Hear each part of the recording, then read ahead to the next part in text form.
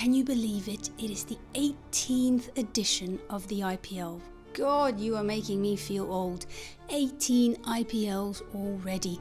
My birthday is on the 18th of May, so naturally for me, 18 is a very lucky number. Can it be a lucky number for one of these four teams? Can their names be engraved on that beautiful trophy for the first time? I can think of one other person who shares this lucky number with me. Let me know in the comments. If you don't know who this person is, you haven't been watching cricket ever. You've been confusing it with another sport.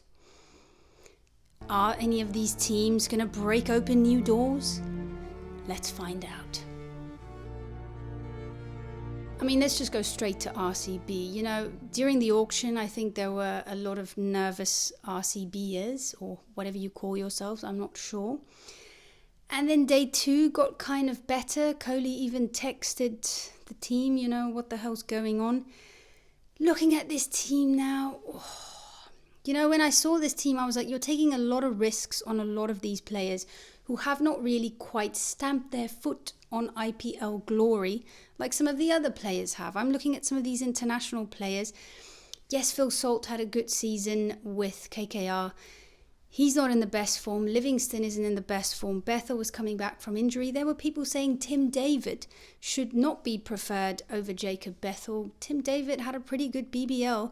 And in my opinion, I don't think they used him right. They sent him in way too late. Like the David Millers, he needs time. So for me, Tim David has to be in that side. Last season, Kohli and Patidar scored the majority of the runs.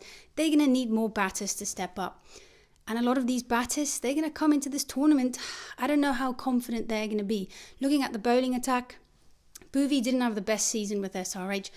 There's a lot on the line for him, I think, with this season. Hazelwood's going to be fantastic, but are they just going to play it safe with him? Because if I look at the spinning attack here of RCB, I'm not feeling too afraid of what they're going to be doing to some of the middle orders that we are seeing from the other teams. What is it going to take for RCB to, number one, at least get into the playoffs, and number two, win their first trophy? Let me know down in the comments, because I would like to know as well. Then we go on to Punjab. My goodness. Big risk, you know, Ricky Ponting. I mean, they went in with over 100 crores. They basically had to build a whole new team. And look at the team that they managed to build. You've got Yuzi Chahal and Arshdeep Singh in the same team. I mean, that's some scary shit right there. Seriously, that is scary, scary stuff. Okay, then yes, you've got Marco Jansen. I would preferably bowl him early on in the match, perhaps a little bit later. His death bowling needs a bit of work, but, you know, I don't know. Ricky Ponting has this way of bringing something magical out of the young guys. So I'm excited to see how Marco's going to do with Ricky. You look at this batting lineup, I mean, it's absolutely insane. You've got Shreyas Iyer in there. Big tournament for Shreyas. You know, you've got the Tilak Varma, Surya Kumar Yadavs, the whole of MI's middle order. They've got their spots basically in the T20 World Cup. Can Shreyas have the season of his life? I'm pegging him for one of the top scorers of the tournament. Big tournament for him. Josh Inglis. I mean, this guy's name is just absolutely everywhere right now. This is a super threatening team. They're getting into the playoffs. Can they win the whole tournament? I think they really, really can. Then we look at my favorite team. Well, I've got another one, but this is my number one team, the Delhi Capitals. Now, you look at the teams that they've had over the years. You know, they're known for their strong bowling attacks. And this year is no different.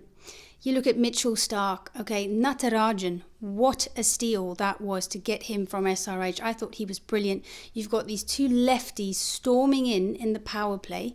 All right, then you've got Mukesh. Mohit Sharma as well. I would kind of like to see him in the mix. I didn't put him in here now, but he, you know, him and Mukesh, they really take those wickets. When you ask a bowler to come in and make a difference, that's the kind of wickets that those two guys take. And then you've got the international spinners in Akshar Patel and Kuldeep Yadav. I think Akshar, I'm very excited for him being the captain. I mean, that bowling attack is pretty much flawless.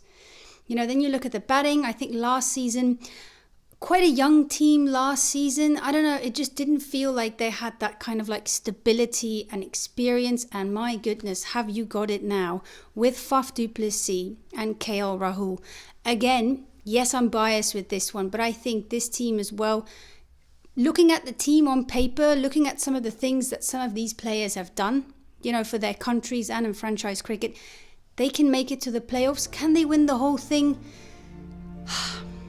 I will have to be convinced. As a Protea supporter, I'm always kind of, you know, I have to see things before I believe things. But I have a lot of hope for this team, definitely. And then on to LSG. Now, you know, when you saw this team, and a lot of money spent on Rishabh Pant as well, but what that has now actually caused, I think, for this team is a real gap in the bowling lineup. Really, now with Mayank Yadav out half of the tournament, I mean, I don't think people even realize what a big loss that is for LSG. He was the spearhead of this attack. He was one of the bowlers last season. I don't know if it was the season before. Guys, like I said, I'm getting a bit old.